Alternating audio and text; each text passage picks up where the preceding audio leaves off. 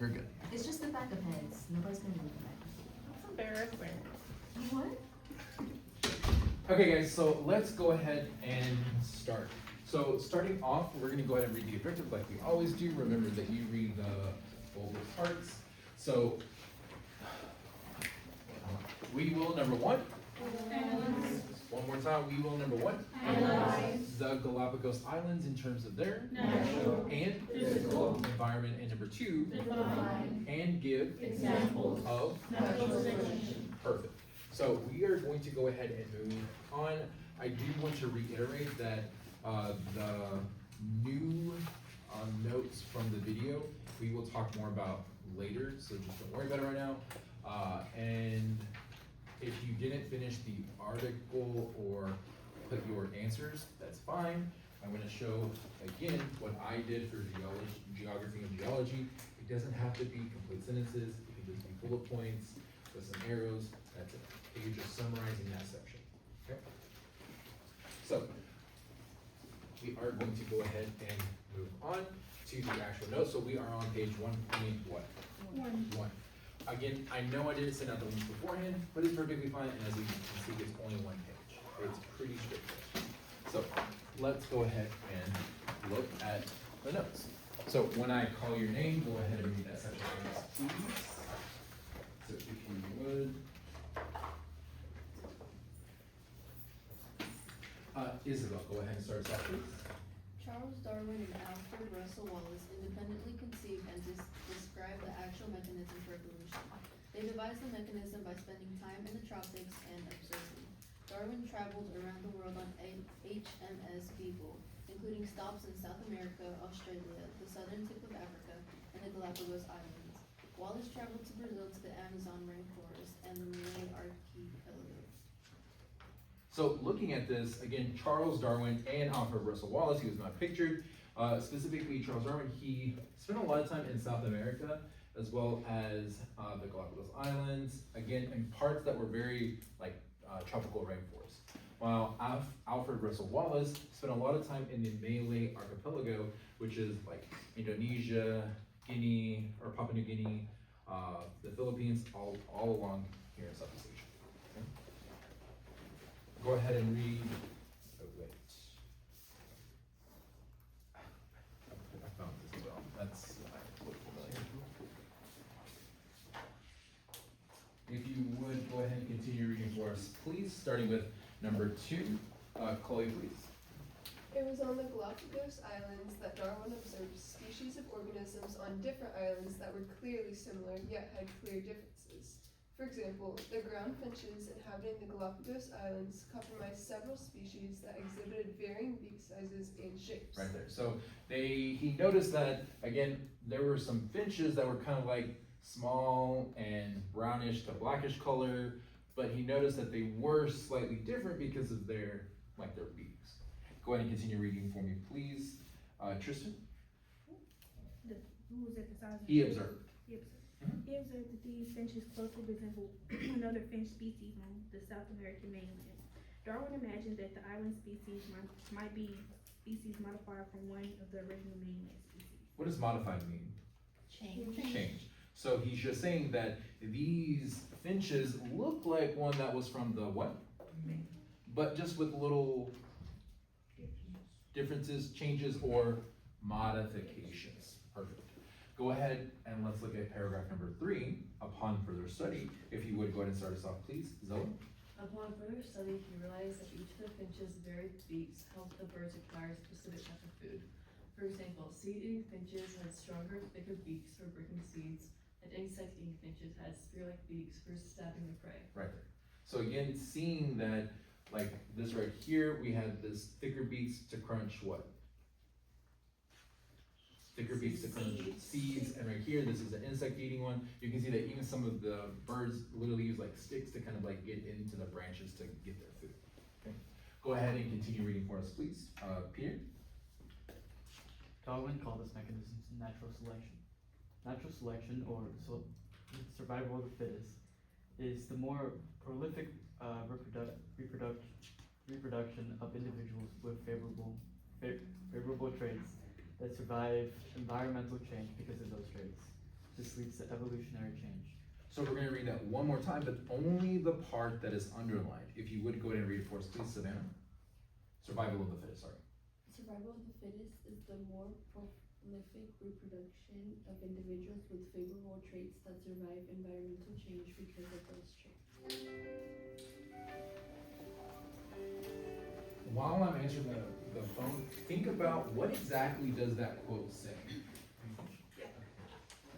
Scylla. Yes, ma'am. No, you're good.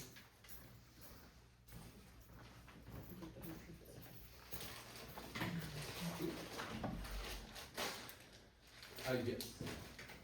Okay, thank you. Okay, so what exactly is that part trying to tell us? Any volunteers? Chloe, what do you think? That if a trait is beneficial, it's most likely to be passed on. To who?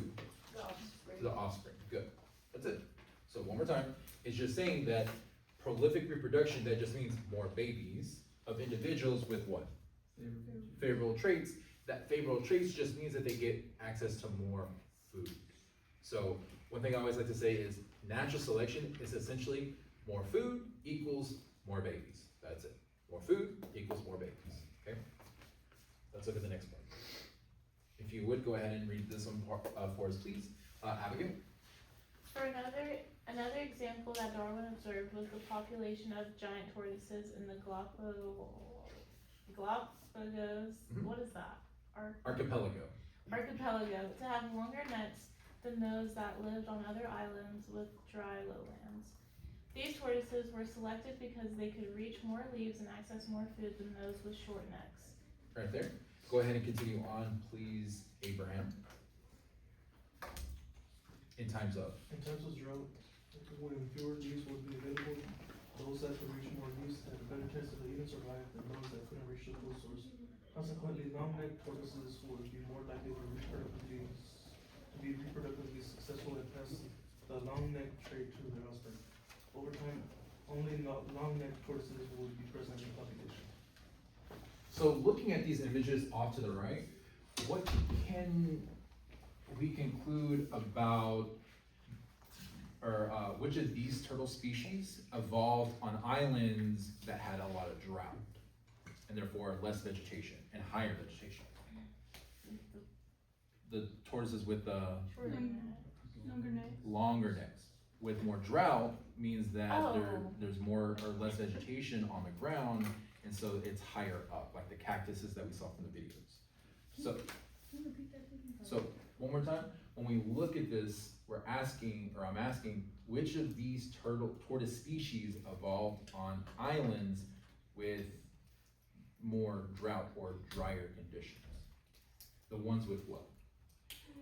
Longer necks, such as the Espanola giant tortoise, Pinta giant tortoise, and the wolf volcanic giant tortoise. The longer necks, what? Those that could reach more leaves had a better chance to eat and survive than those that what? Couldn't. So if you had a longer neck, that meant you get more food. Where's the more food? And because you have more food, you had more babies. And because you had more babies, then means that your babies had longer necks. What about the ones with the shorter necks on those islands that were drier or had a lot of drought? And if they died, can you have babies when you're dead? No. No. Does that make sense? Okay. But again, looking at these 6 species, which species evolved on islands that didn't really have to worry about too much drought?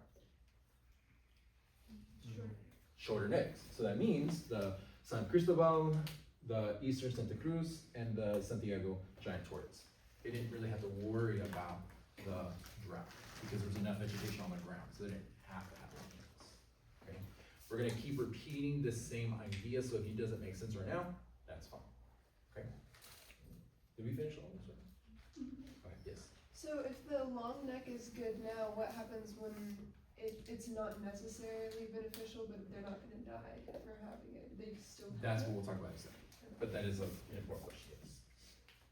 So let's go ahead and continue on. So paragraph number 5, y'all can see it. Go ahead and read it for me, please, Christian. Darwin and Wallace applied the Malthusian. Malthusian growth model, which stated that the human population will continue to grow when there are plenty of resources. However, once resources start decreasing, so will the human population to animal population. I realize that it sounds a little weird, and I'll explain. So Darwin and Wallace said, well, the Malthusian growth model just says that human population will continue to what? Grow and increase as long as there's a lot of Food. But as soon as resources decrease, what's gonna happen to the population? There's no decrease. It's gonna decrease. Well, if this happens with humans, well, why can't it happen with animals and plants? That's it. Okay. Give you guys a second to fill it in.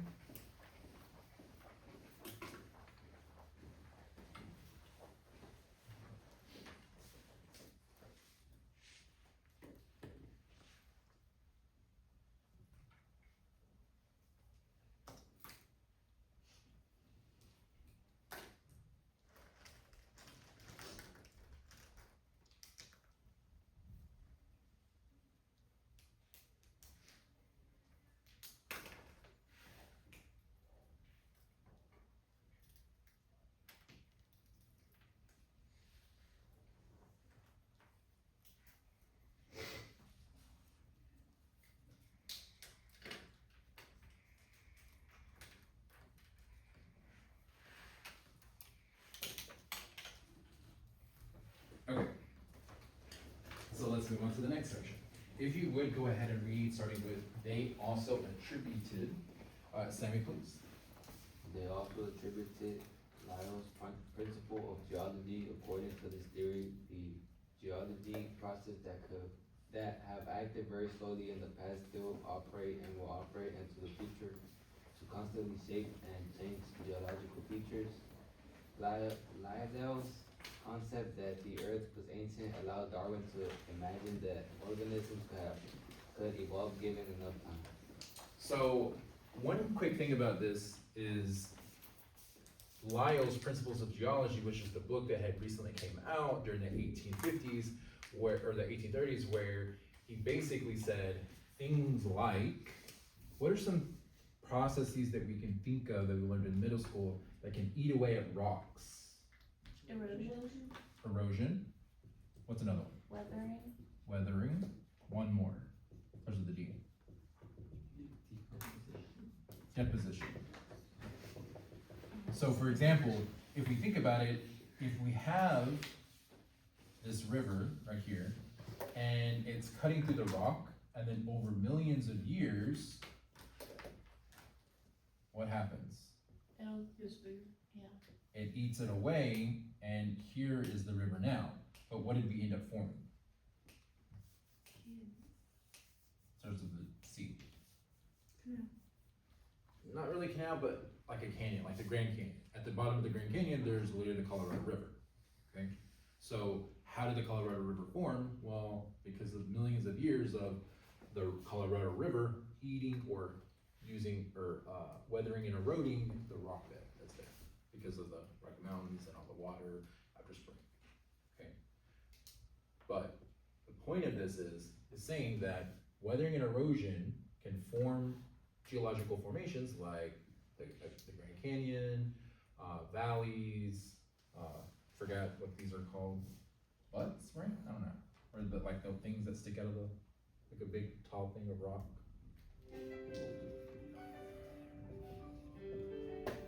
Butts or something? I don't know. I forgot what they're called.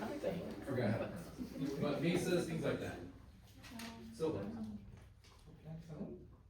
yes ma'am. Uh-huh. Okay, hold on a second. Tristan, can we?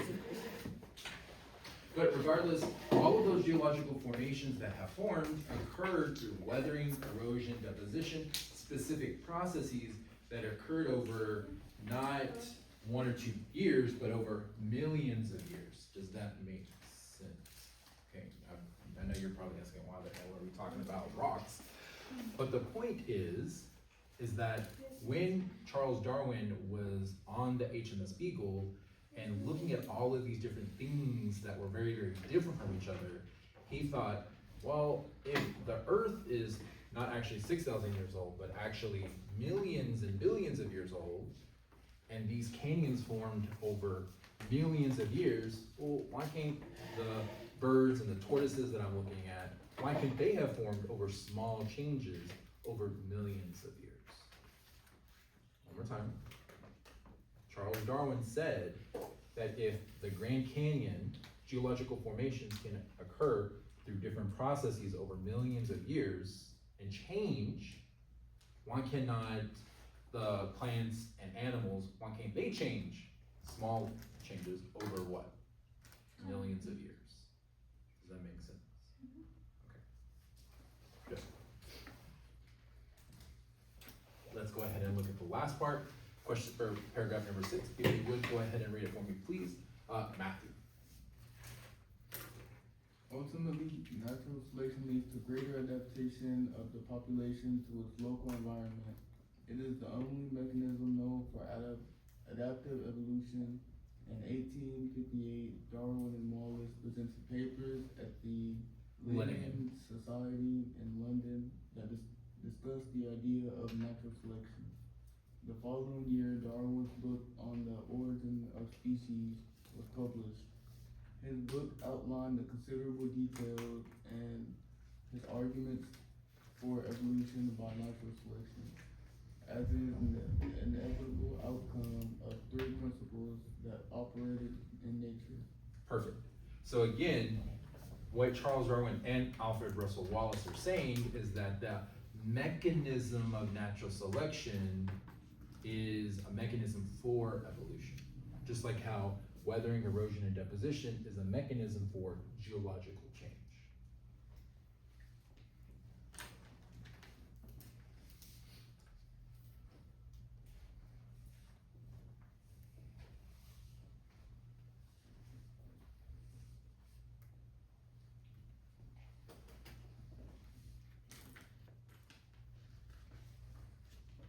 Go ahead and read letter A for me, please. Emily?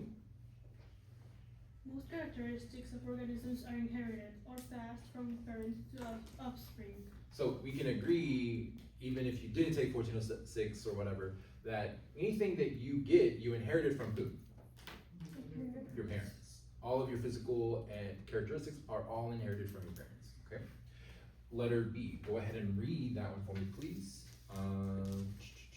Okay. More offspring are produced than can survive, so resources for survival and reproduction are limited. The capacity for reproduction in all organisms outstrips the availability of resources to support their numbers. Thus, there is competition for those resources in each generation. So what is this saying? Is that in any given generation, there's always gonna be a higher number of what?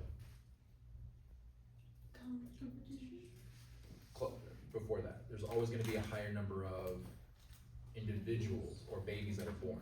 And because there's so many, there has to be some type of competition, because again, are resources unlimited? No, resources are always limited in an environment, meaning food, shelter, water, whatever those may be. Okay. But who's gonna win that competition? Organisms that are, Stronger. what do we mean Have by better stronger? genes. What do we mean by stronger or better? Predators? genes? Say it again? Predators? Close, kind of like on that trail. What does that mean if you win the competition? Yes, you have better genes, If you can reproduce. but why would you be able to reproduce? Something with predators. Oh. Surviving predators, but how would you survive predators? Because you have specific, starts with a T. You have better traits that are adapted so that way you don't get eaten by predators, and therefore you get more food. And like I said earlier, if you have more food, you have more babies. Because if you die, can you have babies? No, you cannot.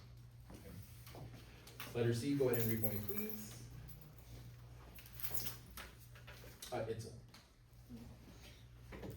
Offspring vary among each other regarding their characteristics, and those variations are inherited. offspring with inherited characteristics that allow them to best compete for limited resources will survive and have more offspring than those individuals with variations that are less able to compete. Right there.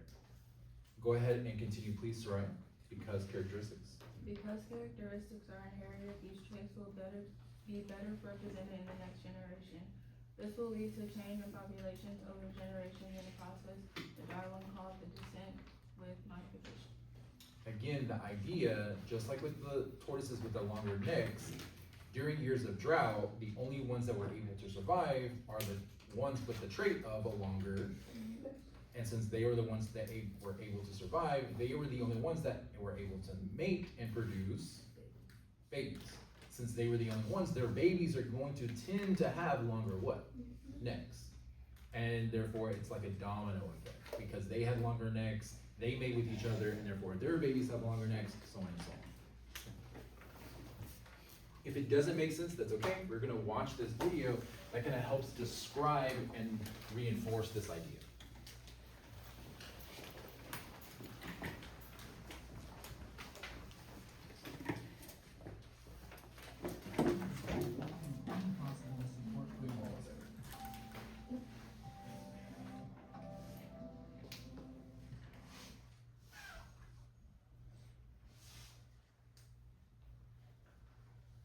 This episode of Stated Clearly was only possible with support from our viewers and from Brain Tools LLC, a company dedicated to developing and delivering natural selection. Natural selection is one of several key concepts contained within the theory of evolution. To understand exactly what natural selection is and why it's so important, let's first take a quick look at two other evolutionary concepts, descent with modification and the overarching idea of common descent. Descent with modification is the observable fact that when parents have children, those children often look and behave slightly different than their parents. Again, this just basically means that, again, if you have a mom and dad or siblings from the same mom and dad, do you all look exactly alike? Are y'all identical twins, triplets, quadruplets? No, you're all different. That's what that means. That's it. And slightly different than each other. They descend from their parents with modifications. The differences found in offspring are partially due to random genetic mutations. Common descent is the idea that all living things on Earth are related. They descended from a common ancestor. Through the gradual process of descent with modification over many, many generations, a single original species is thought to have given rise to all the life we see today. The common descent of all life on Earth is not a directly observable fact. We have no way of going back in time to watch it happen. Instead, common descent is a conclusion based on a massive collection of facts. Facts found independently in the study of fossils, genetics, comparative anatomy, mathematics, biochemistry, and species distribution. Because the evidence for common descent is so overwhelming, the concept has been around since ancient times. In the past, however, it was rejected by many philosophers and scientists for one main reason. You cannot get order and complexity from random chaos alone. The bodies and behaviors of living things are extremely complex and orderly. Descent with modification simply produces random variation. All through history, no one could explain how complex life arose from simple life through random variation until Charles Darwin discovered natural selection. Charles Darwin, who lived from 1809 to 1882, was a naturalist, someone who studies nature. At the start of his career, he traveled the world by ship, collecting and documenting plants and animals.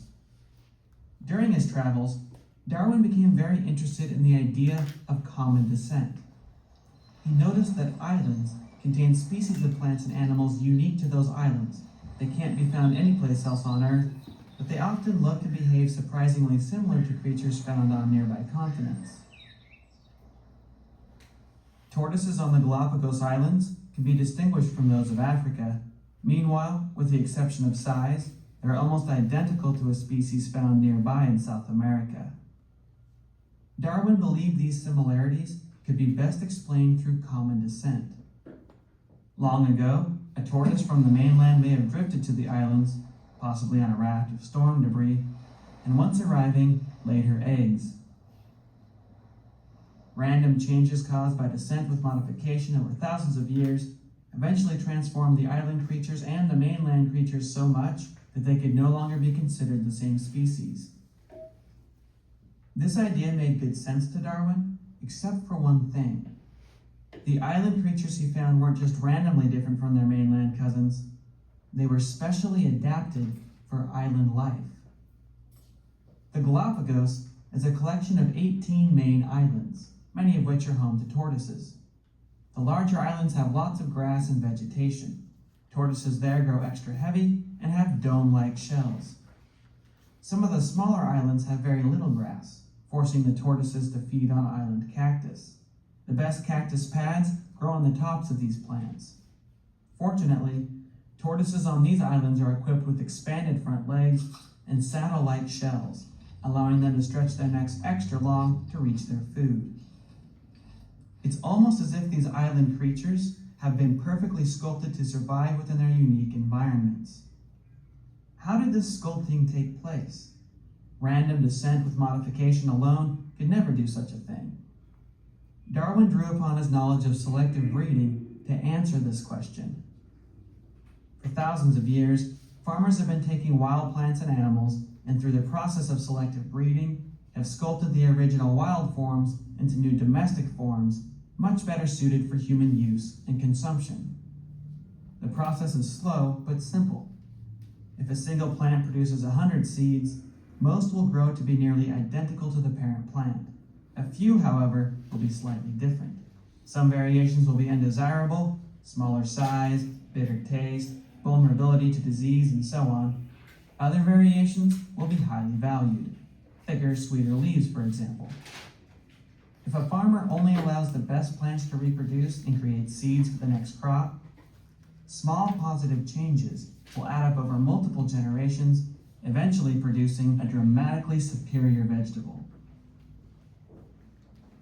You might be surprised to hear that broccoli, cauliflower, kale, Brussels sprouts, and cabbage are all just different breeds of a single type of weed commonly found along the shores of the English Channel.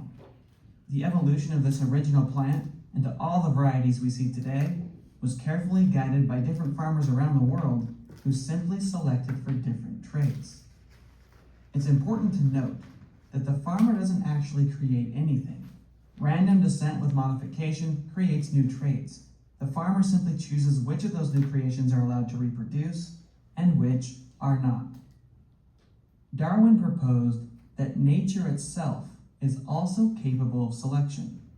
It may not have an intelligent brain like a farmer, but nature is an extremely dangerous place in which to live. There are germs which can kill you, animals that can eat you. You could die of heat exhaustion. You could die of exposure to the cold. When parents produce a variety of offspring, nature, simply by being difficult to survive in, decides which of those variations get to live and reproduce, and which do not. Over multiple generations, creatures become more and more fit for survival and reproduction within their specific environments. Darwin called this process natural selection. Since Darwin first put forth his idea in the mid-1800s, natural selection has been studied and witnessed numerous times in nature and in the science lab. What started out as a mere idea is now officially an observable fact. Darwin's discovery has greatly expanded our understanding of the natural world. It's led to countless new breakthroughs, and it finally allowed scientists to seriously consider the idea of common descent. So to sum things up, what exactly is natural selection? Natural selection is the process by which random evolutionary changes are selected for by nature in a consistent, orderly, non-random way. Through the process of descent with modification, new traits are randomly produced. Nature then carefully decides which of those new traits to keep.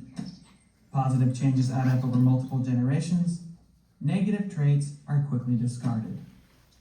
Through this simple, ongoing process, nature, even though it does not have a thinking mind, is capable of producing incredibly complex and beautiful creations. I'm John Perry, and that's natural selection stated. Okay, so let's go ahead and turn the page to page 1.2. And we're gonna go ahead and look at these questions. So, I'm gonna go ahead and give you guys about 9 minutes. Go ahead and look at questions 1 through 20 and 23.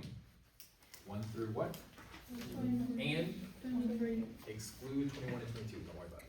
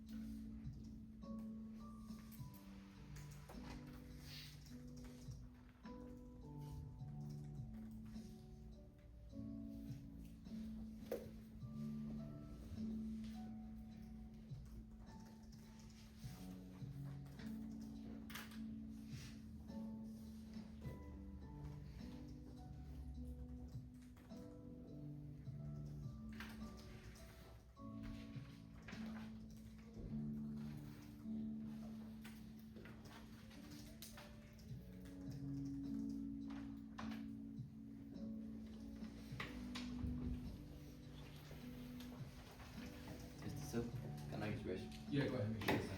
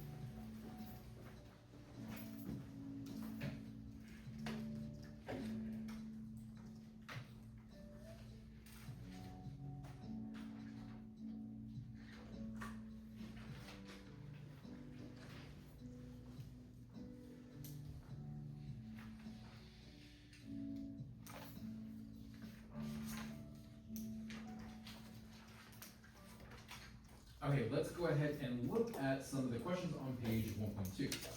Question number 1 says, which two scientists independently developed the mechanisms of evolution by natural selection? Sorry? B, Darwin and Wallace. Perfect. Number 2, Darwin made many of his key observations about evolution while studying organisms on the what, Nicholas? The Galapagos Islands. Perfect.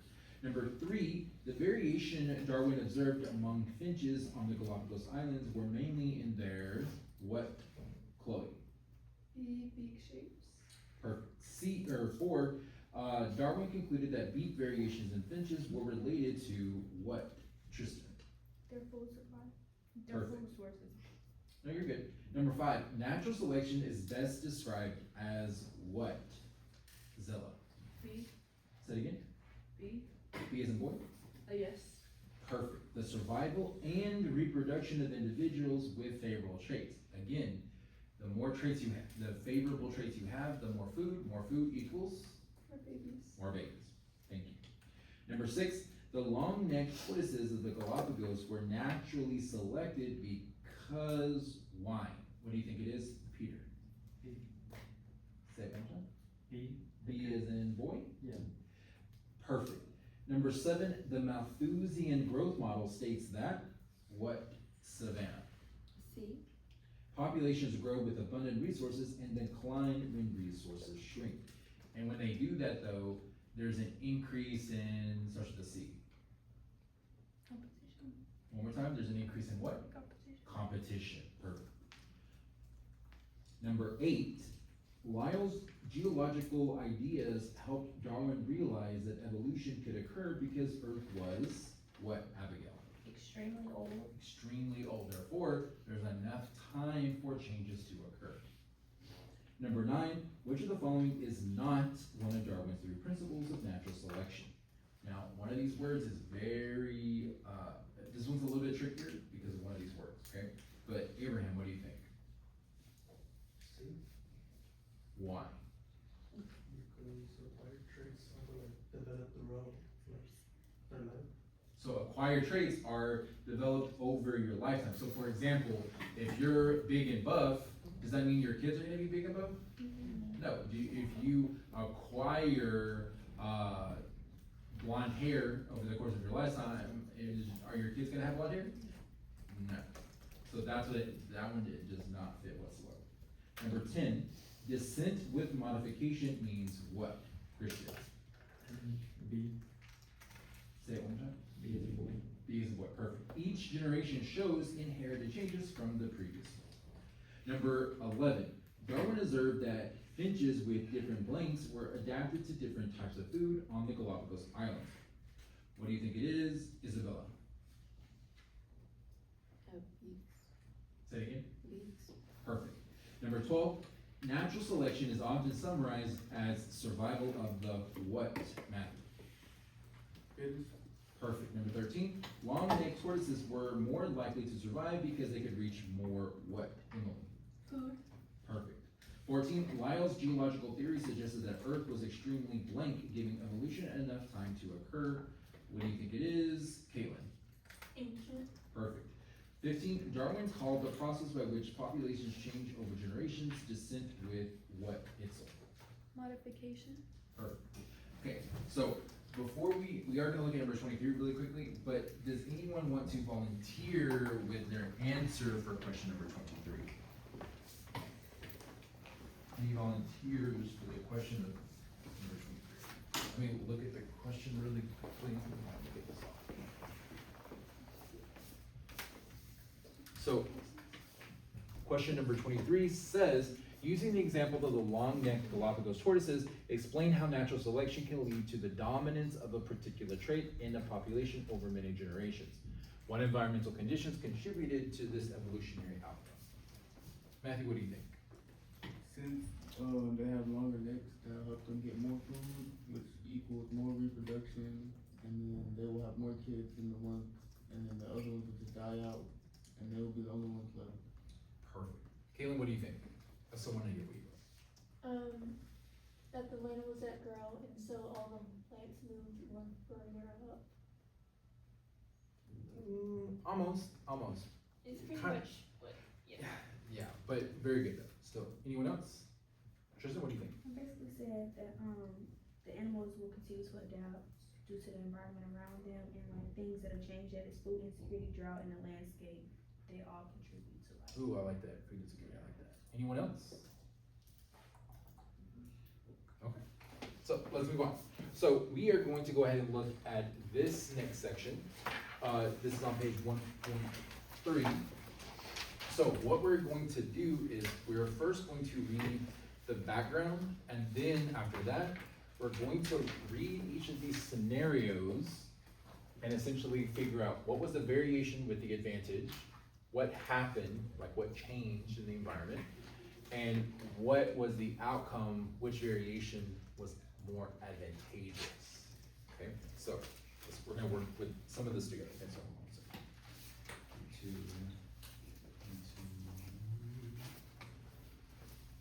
Zilla, can you come up here with Sammy so they, you guys can work together?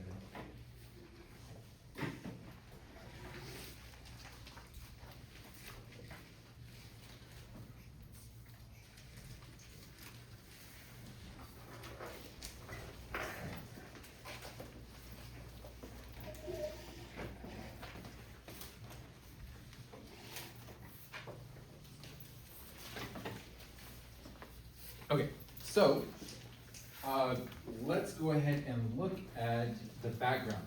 If you would go ahead and read it for me, please. Nicholas, natural selection. Natural selection is a key process that drives evolution. It occurs when organisms that are better adapted to their environment live longer and reproduce more, passing their advantages, traits to the next generation. Beneficial traits improve an organism's ability to survive environmental challenges, compete for resources, and find mates. As these organisms reproduce, their traits become more common in the population. Evolution is a change in the frequency of traits within a population over time. Perfect. So Ryan, go ahead and continue on. Where are we at? Traits that provide us survival.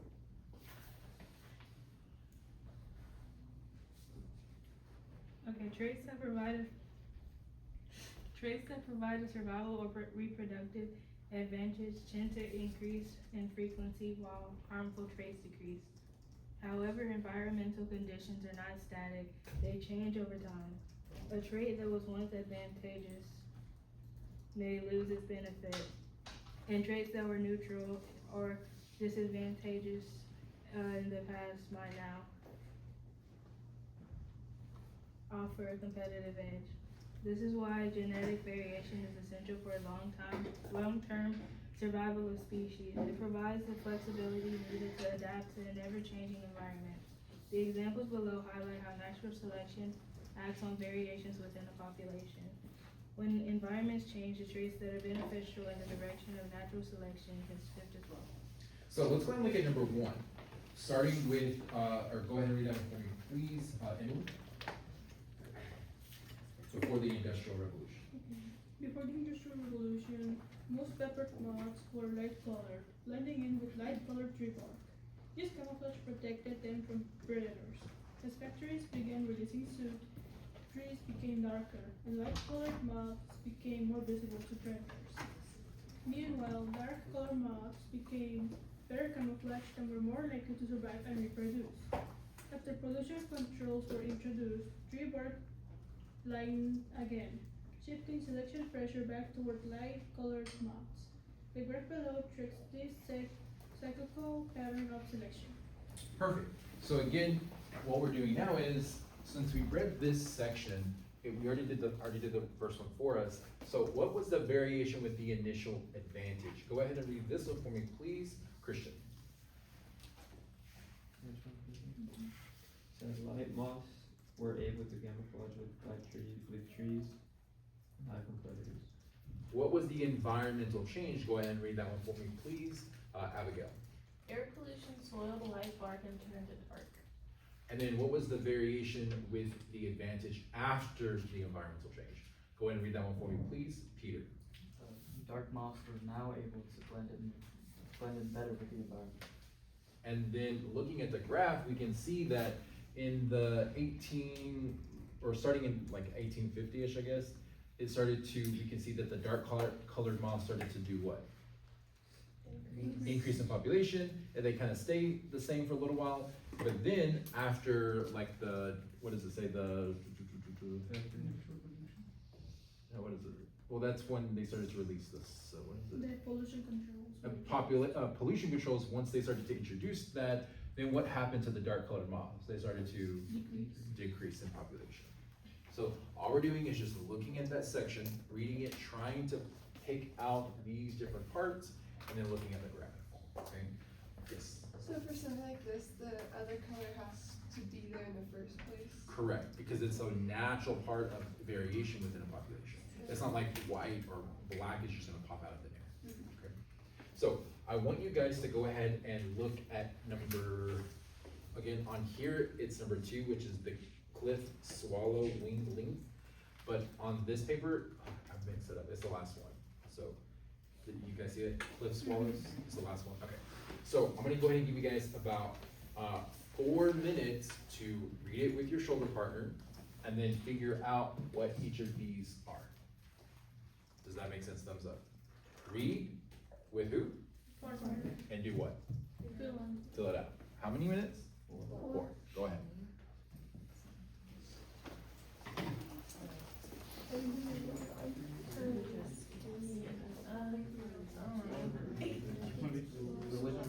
I can agree on this. Okay. Shallow, nested of hydrogen and overpassing Birds naturally vary. Some having long suited for long life, and others having shorter lives that allow them to live natural systems. Starting in the 1980s, increased road construction introduced a new survival strategy, cars. Swallows with longer wings were able to take off and maneuver to avoid making more like natural selection favors swallows with a shorter operation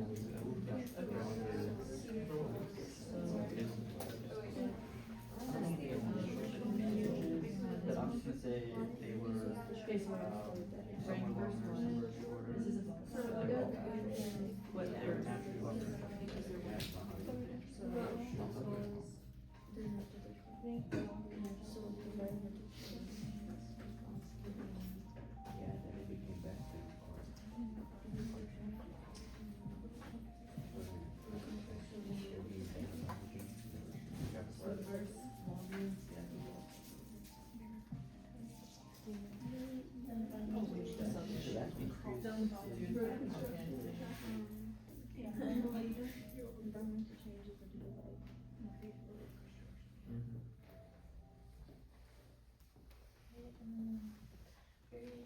the bathroom time.